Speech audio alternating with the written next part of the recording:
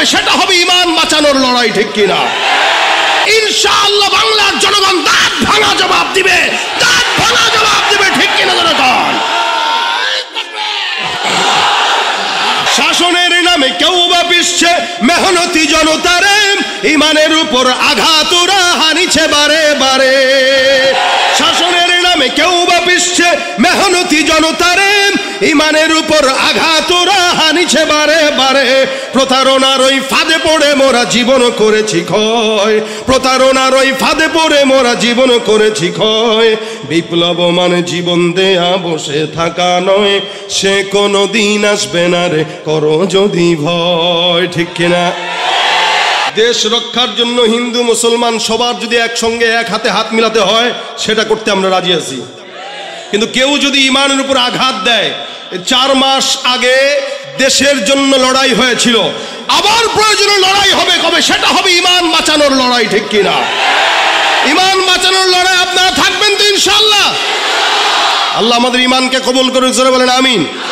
চতুর্দিকে চক্রান্ত চলছে, সুতরাং আমি তো গত 1 সপ্তাহ 10 দিন ধরে মনে মনে মন কলা খাচ্ছি যে আলহামদুলিল্লাহ যারা আসার চক্রান্ত করতেছে চট করে ঢুকবে অথবা চট করে এসে দেশের মুসলমানদেরকে মারবে, বর্ডারে যারা মুসলমানদেরকে সামনে নিয়ে বিভিন্ন বিশ্রী ভাষায় গালিগালাজ করছে, মুসলমানদের রক্ত পিপাসুর মতো তারা হায়নার মতো আমাদের দিকে ধেয়ে আসার চক্রান্ত করতেছে, আমরা বলবো তোমরা আসতে মন চাইলে আসো, আমরাও রেডি। কি বলেন, ঠিক না? মনে রাখবেন, গুনাহ করছেন অনেক, কোটি কোটি কোটি কোটি গুনাহ, প্রত্যেকটা গুনাহ। এই যে আমার আগে হযরত বলে গেছেন তওবা করলে অনেক সময় বান্দাকে জাহান্নামে যেতে হয়। মনে রাখবেন, এই যে বান্দা জাহান্নামে ঢুকবে একটা ভয় থাকে, একটা ভয় থাকবে না কেউ যদি শাহাদাতের মরণ অর্জন করে। কারণ শহীদ মরতে দেরি, জান্নাতে যেতে দেরি। এজন্য আমরা আলহামদুলিল্লাহ, এরা যদি আমাদেরকে জানের ভয় দেখায় আমরা বলবো ভাই তোরা আয়, আমাদেরকে শাহাদাতের রাস্তা একটু দেখায় দে। আমাদের ঈমানের ধার কমে গেছে, তোমরা আসলে ঈমানের ধারটা অন্তত বাড়বে। কি বলেন, ঠিক না? এই যে এখানে অনেক যুবকরা আছে, তাদের চুল ঠিক নাই, দাড়িও নাই, নামাজও পড়ে না, কিন্তু আপনি বলেন তো, আমার তো দিল বলে তার সামনে কেউ যদি আমার আল্লাহ রসুল ইসলামের বিরুদ্ধে এক বিন্দু কথা বলে ওর জিহ্বা ভিতরে রাখতে দিবে না। কি বলেন? আমরা নামাজে দুর্বল হতে পারি, আমলে দুর্বল হতে পারি, ইবাদতে দুর্বল হতে পারি, কিন্তু ইসলাম নিয়ে কটূক্তি করবো আমার সামনে দুর্বল মনে করো না। প্রয়োজনে জান দিব 1 কোটি বার, ইসলাম নিয়ে কোনো তামাশা সহ্য করা হবে না।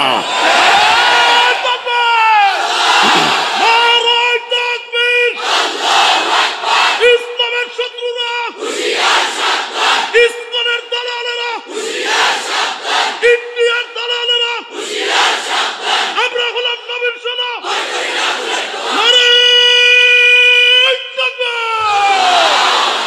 এটাই আমাদের পুঁজি। কি বলেন? অস্ত্রও নাই, ক্ষমতাও নাই, তবে পুঁজি আছে, সেটা ঈমানের পুঁজি। এই ঈমানের পুঁজি যাদের থাকবে বিজয় তাদেরই হবে, ঠিক কিনা? সুতরাং দুনিয়ার কোনো মানুষের পিছনে আর দৌড়ানোর দরকার নাই। অনেক দেখেছি, 16 বছর দেখেছি, হয়তো আবার সামনে কেউ আসলে তাদেরকেও দেখবেন, শান্তি কোনো জায়গায় পাবেন না। কারণ যারা আসবে, যারা যাবে, সবাই একই। আল্লাহর ইসলাম ছাড়া, নবীর সুন্নাহ ছাড়া, শরীয়ত ছাড়া, খেলাফত ছাড়া শান্তি এদেশে আশা করা সম্ভব নয়, সম্ভব নয়। যাদের হাতে যায় ক্ষমতা, দেশ যেন বাপের ভিটা, রাখতে চেয়ার শুরু করে বিদেশিদের পাচাটা। বিদেশিদের কথা মতো চালায় ওরা নিজের দেশ। দেখতে দেখতে গোল্লায় গেল আমার সোনার মুখস্থ সব। দেখতে দেখতে গোল্লায় গেল, দেখতে দেখতে গোল্লায় গেল, একে একে শেষ করেছি, সবার দেখা হইল শেষ। দেখতে দেখতে গোল্লায় গেল আমার, কেউ দিল না সবাই নিল, আমরা যে কলুর বলদ, সারা বছর নেয় না খবর, নির্বাচনে খুব দরদ। কেউ দিল না সবাই নিল, আমরা যে কলুর বলদ, সারা বছর নেয় না খবর, নির্বাচনে খুব দরদ। নির্বাচনের আগে নেতায় ধরে কত রকম বেশ, নির্বাচনের আগে নেতায় ধরে কত রকম বেশ। দেখতে দেখতে গোল্লায় গেল,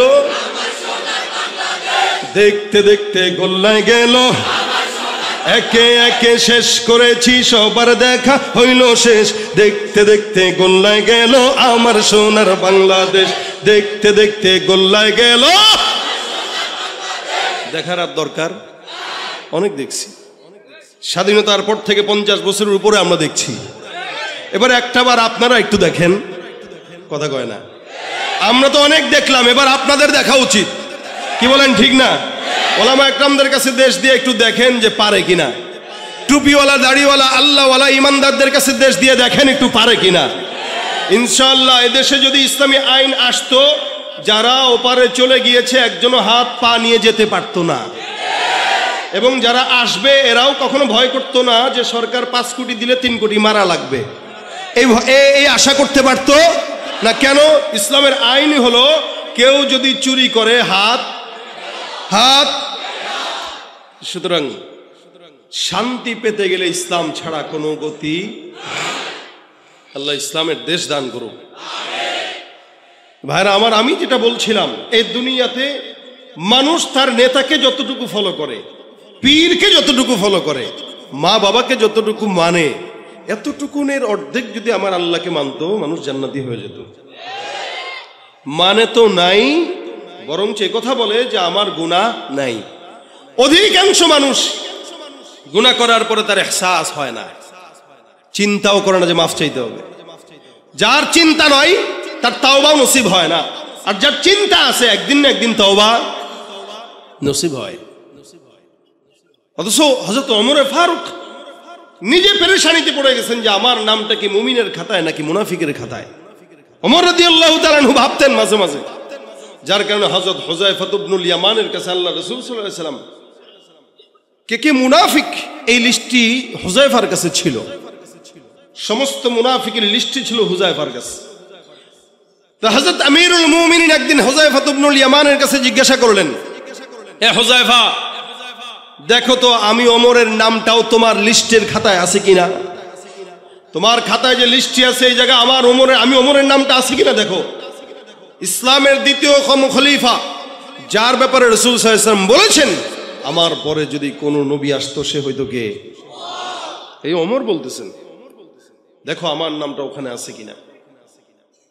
হুযায়ফা ডাক দিয়া বলেন, আমিরুল মুমিনিন, আল্লাহ রাসূল সাল্লাল্লাহু আলাইহি ওয়াসাল্লামের তরফ থেকে নিষেধ, কার নাম কোন জায়গায় বলা যাবে না। আমিরুল মুমিনিন কিচ্ছু বলেন না, সোজা সুজি বাসার মধ্যে চলে যায়। একদিন, 2 দিন, 3 দিন হয়ে গেল, চোখের মধ্যে ঘুম আসে না। আমিরুল মুমিনিন টেনশন করে আর বারবার চিন্তা করে, ওমরের নামটা যদি মুনাফিকের খাতায় থাকে জাহান্নাম ছাড়া কোনো উপায় নাই। গভীর রাতের মধ্যে হযরত আমিরুল মুমিনিন হুযায়ফার বাসার দরজায় যায় ডাক দিয়া বলে, হুযায়ফা, আমি ওমর তোমার কাছে একটা প্রশ্নের জবাব জানার জন্য আসলাম, বলো দেখি প্রশ্নের জবাবটা আমার কাছে দিবা। আমিরুল মুমিনিনকে দেখে হুযায়ফা ডাক দিয়া বলেন, হ্যাঁ আমিরুল মুমিনিন, আপনার মতো একজন সাহাবী আমার দরজায় চলে আসলেন, দরকারও ছিল না, আপনি একবারের জন্য খবর যদি দিতেন আমি আপনার দরবারে চলে যেতাম, কিন্তু গভীর রাতে আসলেন, বলেন তো দেখি আপনার আমার কাছে কোন প্রশ্ন আছে, আমি আপনাকে জবাব দিব। আমিরুল মুমিনিন ডাক দিয়া বলে, হুযায়ফা বলো, আমি ওমর যদি জমিন থেকে বিদায় হই তুমি আমার লাশের জানাজার নামাজটা পড়বা কিনা। আমিরুল মুমিনিনের মতো একজন এত শানওয়ালা সাহাবী বলতেছেন, হুযায়ফা আমার ইন্তেকালের পরে আমার লাশের জানাজার নামাজটা তুমি পড়বা কিনা, কথা দাও। হুযায়ফা ডাক দিয়া বলতেছেন, কি বলতেছেন আপনি, যার ব্যাপারে আমার পয়গম্বর এত ফজিলত বর্ণনা করলেন, আপনার মতো একজন সাহাবীর লাশের জানাজা আমি হুযায়ফা পড়বো না, এটা হতে পারে না। হে আমিরুল মুমিনিন, আপনি মনে রাখবেন আপনার লাশের জানাজা আল্লাহ পাক যদি আমাকে হায়াতের মধ্যে বাঁচান, আমি অবশ্যই অবশ্যই অবশ্যই আল্লাহর কসম আপনার লাশের জানাজা পড়ে সৌভাগ্যবান হব। আমিরুল মুমিনিন এবার আল্লাহর কাছে ডাক দেয়া বলে, আল্লাহ আলহামদুলিল্লাহ, আপনার জন্য শুকরিয়া, কৃতজ্ঞতা আপনার প্রতি রব, আমার প্রশ্নের জবাব হয়ে গেছে। হুযায়ফা ডাক দেয়া বলে, হুজুর বুঝলাম না, প্রশ্ন করার আগে আপনার হালত ছিল একরকম, এখন আরেক রকম, কি কারণে আপনি গভীর রাতে আমার কাছে প্রশ্ন করার জন্য আসলেন? ওমর ডাক দেয়া বলে, হে হুযায়ফা, আমি জানি পয়গম্বরের তোমার কাছে লিস্ট দিয়েছেন কে কে মুনাফিক কে কে ইমানদার, তুমি সেদিন আমার কাছে আমার নামটা মুনাফিকের খাতায় আছে কিনা এটা বলো নাই। আজকে আমি তোমার কাছে জিজ্ঞাসা করতে আসলাম, আমার নামটা কি মুমিনের খাতায় নাকি মুনাফিকের খাতায়? আমি জানি তুমি হুযায়ফা সব যেগুলো মুনাফিক আছে একটারও লাশের জানাজা তুমি আদায় করো না। আমি জানি তুমি মুনাফিকের নামাজ পড়ো না, জানাজার নামাজ আদায় করো না। আমি ওমরের লাশের জানাজার নামাজ যেহেতু তুমি পড়বা, আমার কাছে স্পষ্ট হয়ে গেল, তার মানে আমি ওমরের নামটা মুনাফিকের খাতায় নাই, মুমিনের খাতায়। আমিরুল মুমিনের মতো লোক পেরেশানি করে আমি মুমিন নাকি মুনাফিক টেনশন। এ ভাইরা, আর আমরা বলি আমাদের গুনাহ নাই, অথচ আল্লাহ পাক রব্বুল আলামিন নবীদেরকে মাসুম বানাইলেন। নবীরা নিষ্পাপ, সাহাবীরা নিষ্পাপ, নবীদেরকে আল্লাহ পাক রব্বুল আলামিন মাসুম বানাই দেন। সাহাবা আজমাইনদের যদিও কিছু ভুল হয়ে গেছে, আল্লাহ ওগুলো মাফ করে দিয়েছেন। যার কারণে আমার আল্লাহ বলেন রাদিয়াল্লাহু আনহুম ওয়া রাদু আন, তারাও খুশি আমরাও খুশি। তার মানে যাদেরকে আল্লাহ পাক রব্বুল আলামিন সন্তুষ্টির কথা বলে দিয়েছেন, প্রত্যেকটা সাহাবীকে দুনিয়ার জমিনে থাকতেই জান্নাতের সনদ দিয়েছেন। সুবহানাল্লাহ। তার মানে নবীরা কি বলেন বলেন, সাহাবা একরাম কি? রাসূল সাল্লাল্লাহু আলাইহি ওয়াসাল্লাম বলেন যারা তাবেঈ, আমার সাহাবীকে যারা দেখেছে আল্লাহ পাক রব্বুল আলামিন তাদেরকেও ক্ষমা করে দিবেন। এই তিন জামানার মানুষগুলো আল্লাহ পাক রব্বুল আলামিনের দয়া মাফ পেয়ে যাবেন। কিন্তু ওখান থেকে নিয়ে এখনো পর্যন্ত যত মানুষ জমিনে আসবে আর যাবে, ওই মানুষগুলাই আল্লাহর তত নিকটে যারা অতীতে গত হয়ে গেছে। এই কারণে আমার আল্লাহ পাক ডাক দেয়া বলেন ওয়াস-সাবিকুন আস-সাবিকুন উলাইকাল মুকাররাবুন ফি জান্নাতিন নাঈম সুল্লাতুম মিনাল আউয়ালিন ওয়া কালিলুম মিনাল আখিরিন।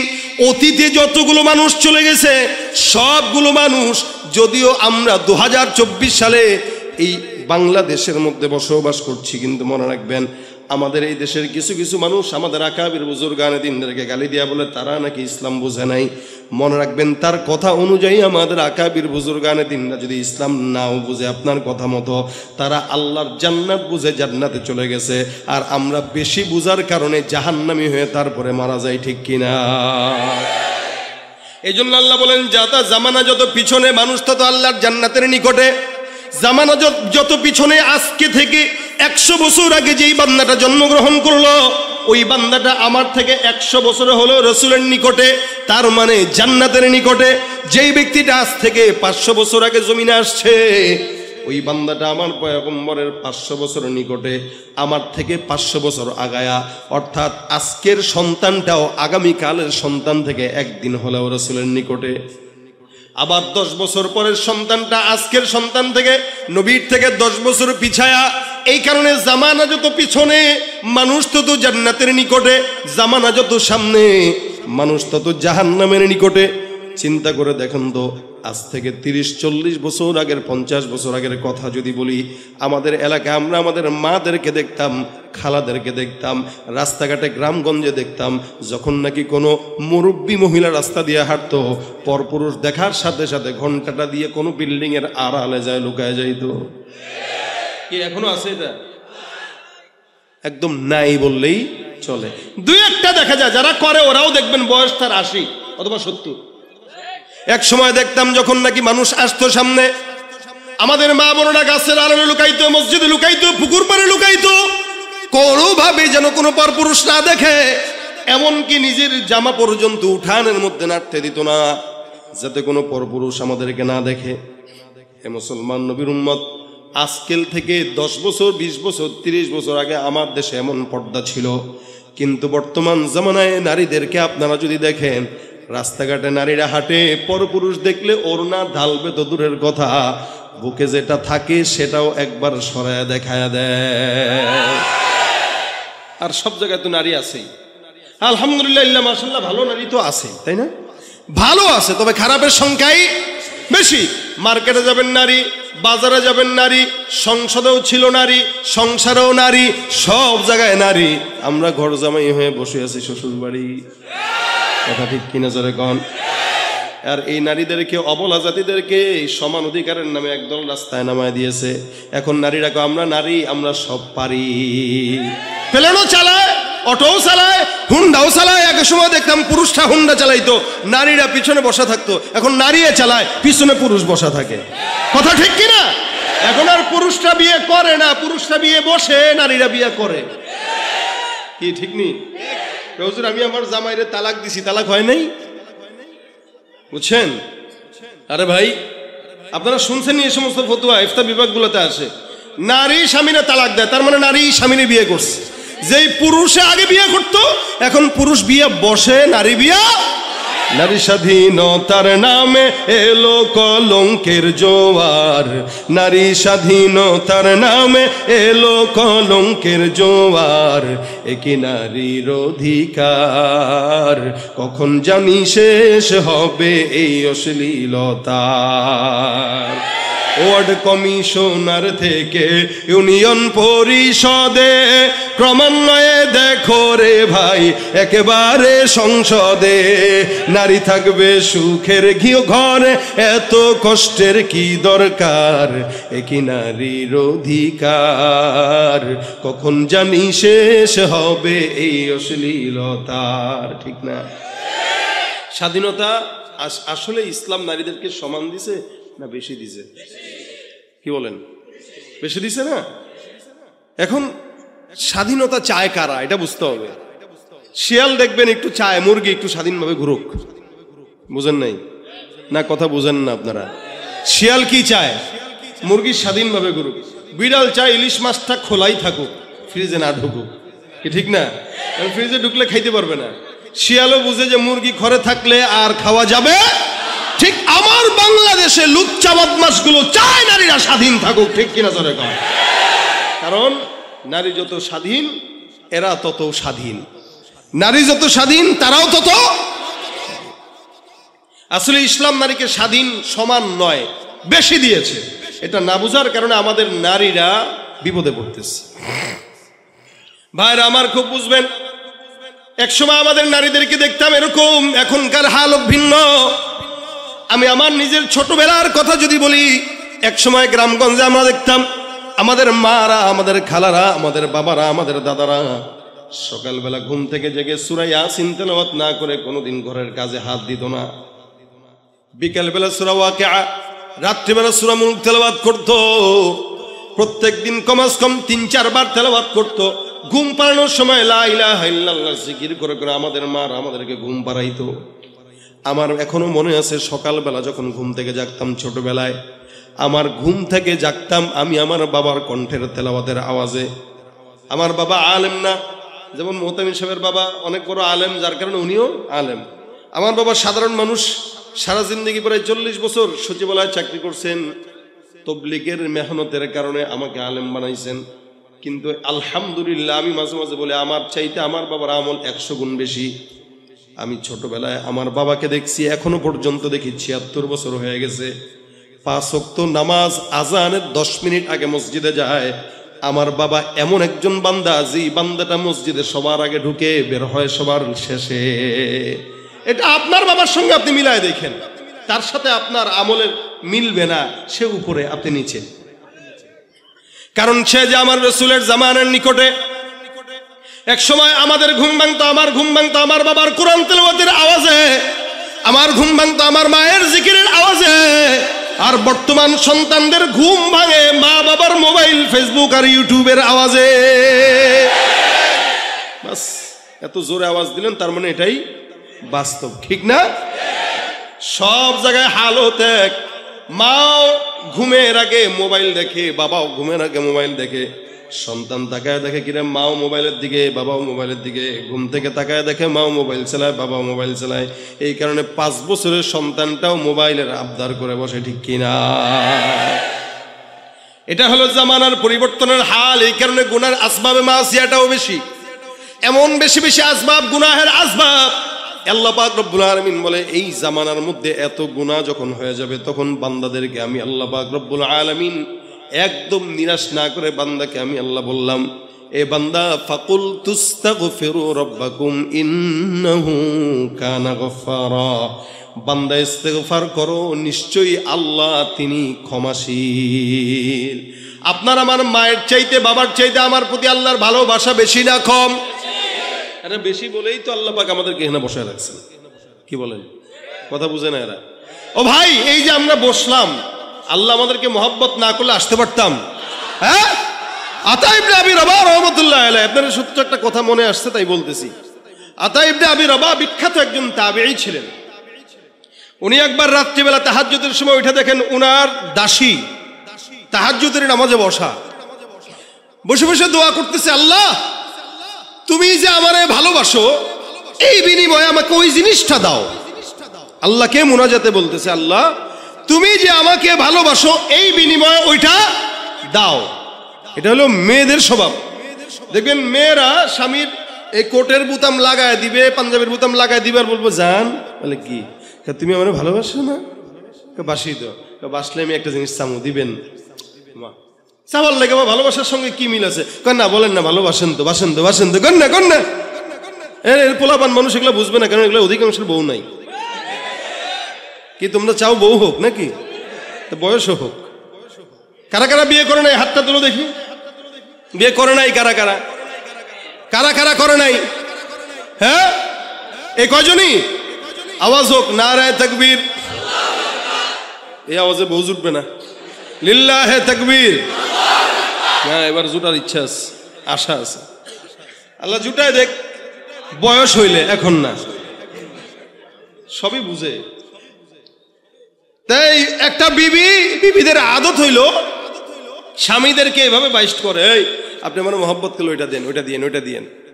আতা ইবনে আবি রবাহের দাসী বলতেছে, আল্লাহ তুমি আমার মহব্বত করো, মহব্বতের বিনিময়ে ওইটা দাও। আতা ইবনে আবি রবাহ ডাক দেয়া বলতেছেন, কি বলতেছে উল্টা পাল্টা, বরঞ্চ এই কথা বলো যে আল্লাহ আমি তোমারে মহব্বত করি, এই বিনিময়ে ওইটা দাও। দাসী বলতেছে, হুজুর না না না না, আমি আল্লাহরে কি মহব্বত করি, আমি আল্লাহরে ভালোবাসি না। মানে কি? আমার দিল এতটুকু, আমি কেমনে আল্লাহরে ভালোবাসবো? আর আল্লাহ পাকের দিলের সীমা নাই, তা আল্লাহর মহব্বতের সীমা নাই। সুবহানাল্লাহ কয় না? আমি এই জন্য বললাম, আল্লাহ তুমি আমার যে মহব্বত করে, এই মহব্বতের উসিলা দাও। কেন বলছি জানেন? আতা ইবনে আবি রবাহ বলে, কেন বলছো বলো? যে চতুর্দিকে তাকায় দেখেন তো কত বাড়ি ঘর আছে। বলে দেখলাম, প্রত্যেকটা বাড়ি ঘরের মানুষগুলো ঘুমন্ত।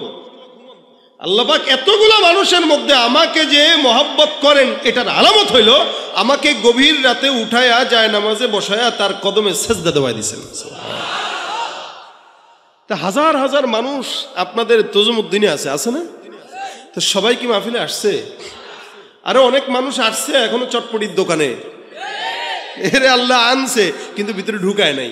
আল্লাহ কয় তোর সীমা এতটুকুই, তুই এর বেশি যেতে পারবি না। আর আপনাকে আমাকে কান ধরে যে বসাইছে, আল্লাহ কয় তুই বসেই থাকবি, কারণ তোরে আমি মহব্বত করি। তা আল্লাহ আমাদের মহব্বত কতটুকুন করেন? রাসূল বলেন, মহব্বত, প্যার, ভালোবাসা, মায়া, এটা যখন আল্লাহ পাক বানান 100 ভাগে ভাগ করেছেন। কয়শো? আল্লাহ নবী বলেন 100 ভাগে ভাগ করার পর 1 ভাগ মহব্বত সারা জমিনের মধ্যে আল্লাহ পাক ছড়ায় দেয়। ইনসান, জিন্নাত, ফারিস্তা, মাখলুকাত সবার মধ্যে 1 ভাগের কিঞ্চিত মহব্বত নিয়ে সন্তানের প্রতি মা বাবার মহব্বত যদি এত হয়, 1 ভাগের কিঞ্চিত মহব্বত নিয়ে বিবির প্রতি স্বামীর মহব্বত যদি এত হয়, আমার নবী বলেন বাকি থাকলো কয় ভাগ? 99 ভাগ। রসুল বলেন বাকি 99 ভাগ মহব্বত শুধুমাত্র আল্লাহ বান্দাকে ক্ষমা করার জন্য আল্লাহর দিলে রেখে দিয়েছে।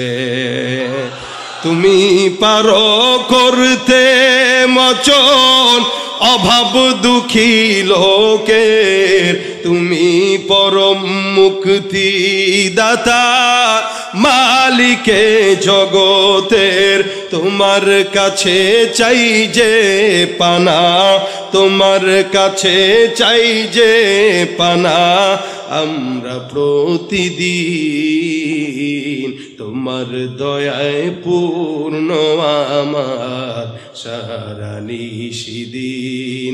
আল্লাহ তুমি দয়ার সাগর, আল্লাহ তুমি দয়ার সাগর, রহমানুর রহিম, তোমার দয়ায় পূর্ণ আমার সারা নিশিদিন। কার দয়া? এই জন্য আমার আল্লাহ পাক রব্বুল আলামিন বান্দাকে কতটুকু দয়া করেন দেখেন। কোন বান্দা যদি গুনাহ করে, ইচ্ছা যদি করে, আল্লাহ পাক রব্বুল আলামিনের কাছে তওবা করবে, আমার আল্লাহ পাক বান্দার তওবা কবুল করে নেয়। নবী করিম সাল্লাল্লাহু আলাইহি সাল্লাম বলেন, মান হাম্মা বিহাসানাতিন, কেউ যদি একটা নেকের কাজের নিয়ত করে, আমার আল্লাহ পাক রব্বুল আলামিন নেক কাজের নিয়ত করার পরে নেক কাজটা যদি নাও করে, আল্লাহ পাক ওই বান্দার আমলনামায় পরিপূর্ণ নেকের সওয়াব দান করে দেন। আল্লাহর দয়া বেশি না কম? বলেন বেশি না কম? হাদিসে চমৎকার একটা ঘটনা আছে। রাসূল করিম সাল্লাল্লাহু আলাইহি সাল্লাম বলেন, একজন বনি ইসরাইলের লোক, বনি ইসরাইলের জামানার একজন বান্দা একটা নয়, দুইটা নয়, তিনটা নয়, 99টা খুন করছে। কয়টা? 99টা খুন করার পর এই বান্দার দিলের মধ্যে আসলো, আল্লাহ যদি আমাকে মাফ করে তওবা করব। খুঁজতে খুঁজতে একজন লোকের কাছে যায়, ডাক দেয়া বলে, ভাই 99টা খুন করলাম, আল্লাহ পাক রব্বুল আলামিন আমাকে মাফ করবে কিনা? যেই বান্দার কাছে গেছে ওই বান্দাটা হলো আবেদ। ভাই আবেদ আর আলেম বুঝেন আপনারা? আবেদ মানে যে ইবাদতকারী, আলেম মানে যে জ্ঞানী। ইবাদতকারী একজন বান্দা আলেমের চেয়ে দামি না কম দামি? আবেদ আবেদ আবেদের দাম বেশি না আলেমের দাম বেশি? বলেন বলেন। আলেমের দাম বেশি। 1000 আবেদ একজন আলেম সমান। কারণ আবেদে ইবাদত করে না বুঝায়, আর আলেমে যতটুকু করে ততটুকু বুঝে করে। এক ফিকাল আমলুল কলিল, অল্প আমল নাজাতের জন্য যথেষ্ট হয়। সুবহানাল্লাহ কয় না এরা? এই যে যারা বুঝছেন এরা কইছেন, যারা বুঝেন নাই তারা বলেন নাই। কেন বলে? যে বুঝছে সে কইছে। সে বুঝছে কিভাবে? একবার সুবহানাল্লাহ বললে জান্নাতে একটা গাছ লেগে যায়। এখন যারা বলছেন একটা লেগে গেছে, এখন যারা বলছেন আরেকটা লেগে গেছে, আবার লেগে গেছে, আবার লেগে গেছে। যত বলবেন ততই। রাসূল বলেন, কত বড় গাছ, একটা দ্রুতগামী ঘোড়া যদি 100 বছর দৌড়ায়, এই গাছের গোড়াটাও শেষ করতে পারে না। বুঝলে ঠিকই গলা ছাড়েন, না বুঝলে ছাড়েন না, এলো বিষয়। এ আবেদের কাছে গেছে। আবেদ যে বুঝে ইবাদত করে না, না বুঝে কি করে? ইবাদত করে। আমি জুমার নামাজ পড়াইতেছি এক মসজিদে, তো বয়ান যখন করতেছি হুট করে একজন লোক ঢুকছে ভিতরে, মানে পিছন থেকে মানুষের গা টপকায় টপকায় সামনের কাতারে আসছে। বুঝেন কথা? এবার হাতে তার একটা তসবিহ। কি তসবিহ? আমি করতেছি জুমার বয়ান, ওই লোকে করতেছে জিকির, সুবহানাল্লাহ সুবহানাল্লাহ সুবহানাল্লাহ সুবহানাল্লাহ সুবহানাল্লাহ। আমি বললাম, যাক মাশাআল্লাহ, অনেক বড় জাকিরিন। উঠতে বসতে কলম নড়ে, এই কারণে এনে বয়ান শুনতে বসেও কি করতেছে? জিকির করতেছে। ভালো, আচ্ছা মাশাআল্লাহ। বয়ানের হালতে সে জিকির করছে, এটা মানা যায়। আমি যখন খুতবা দিতে দাঁড়াইলাম আল্লাহর বান্দায়, তখনও তাসবিহ নিয়ে জিকির করতেছে। আচ্ছা বলেন আপনারা, খুতবা শোনা সুন্নত না নফল না ওয়াজিব? জুমার খুতবা চলাকালীন সময় আল্লাহর ফেরেশতারাও আমলের খাতা বন্ধ করে খুতবা শুনতে বসে যায়, আর ওই বান্দা তখনও কি করে? জিকির করে। আমি চিন্তা করলাম, কিরে এ তো মুশকিল। আমি খুতবার মাঝখানে তার দিকে 2 বার তাকাইলাম, যে মনে করলাম সে হয়তো বুঝা তসবিটা রেখে দিবে। ওরে সুবহানাল্লাহ, আমি তাকাই, তার তসবিহ পড়া আরো বাড়ে। ফাদলুল আলিমি আলাল আবিদি কাফাদলি আলা আদনাকুম। এটা হলো আবেদ। আবেদের কাছে গেছে, কয় হুজুর 99টা খুন করছি, আল্লাহ কি ক্ষমা করবে? কয়টা? 99টা। বাপরে বাপ, আপনার তো সাহস কম না? আপনি মনে করছেন আল্লাহ এত সস্তা? 99টা খুন করলেন, আল্লাহ আপনারা মাফ করবে? ভাগেন না এখান থেকে, যান। ধমক টমক দিয়ে পাঠাই দিতেছে। এবারে তো এমনি সন্ত্রাসী। কি বলেন? 99টা খুন যে করছে ছোট সন্ত্রাসী? হ্যাঁ, কত বড় সন্ত্রাসী। পকেটে ছুরি ছিল। এ কয়, আরে মোল্লা, যদি খুনের ক্ষমা নাই পাই তা তোরে রাখবো কেন? তুইও মর। চাকু নিয়ে ঢিকায় দিছে বেটার পেটে। যা, সেঞ্চুরি ছিল, এখন সেঞ্চুরি হয়ে গেছে। এবার গেছে একজন আলেমের কাছে, যে ডাক দিয়া বলে, হুজুর 99টা খুন করছিলাম, একজনের কাছে গেছিলাম, সে বলে আল্লাহ নাকি ক্ষমা করবে না। মেজাজ গরম হয়ে গেছে, ওইটারও সেরে দিচ্ছি, ওইটাও শেষ, একদম 100টা পূর্ণ করে আপনার কাছে আসছি। এখন আপনি একটু বলেন আল্লাহ পাক রব্বুল আলামিন আমাকে ক্ষমা করবে কিনা? আলেম ডাক দিয়া বলে, কয়টা করছেন? বলে 100টা। আলেম বলেন, 100টা কেন, 1 কোটিটাও যদি করেন, আপনার গুনাহ যেখানে শেষ, আমার মাওলার দয়া সেখানে শুরু। যান অমুক এলাকায় একজন আলেম আছে, কয়েকটা আলেম আছে, ওই আলেমদের কাছে যান, ওদের দরবারে যায় তাদের সঙ্গে থাকেন, তাদের কাছে আমল আখলাক করেন, আল্লাহর কাছে তওবা করেন, ইনশাআল্লাহ আমার আল্লাহ পাক আপনাকে ক্ষমা করে দিবেন। সুবহানাল্লাহ। খুন কয়টা আপনারা করছেন? কয়টা? একটাও না।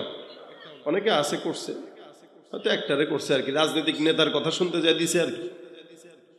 হুজুর এটা কইলেও কি করলেও কি বলা যায়? কি বলেন? অন্যায় করলে বলা যায়? আমি যদি কই নামাজ পড়ছেন কে, হাতের লগে পাও তুলবে। আর যদি কই ভাই আজকে ঘুষ খাইছেন কে, না না এটা কোয়া যায় না, এটা তো গোপন জিনিস, গোপনে ইবাদত, এটা গোপনে খাওয়া লাগে। গুনাহের কথা কেউ স্বীকার করে না।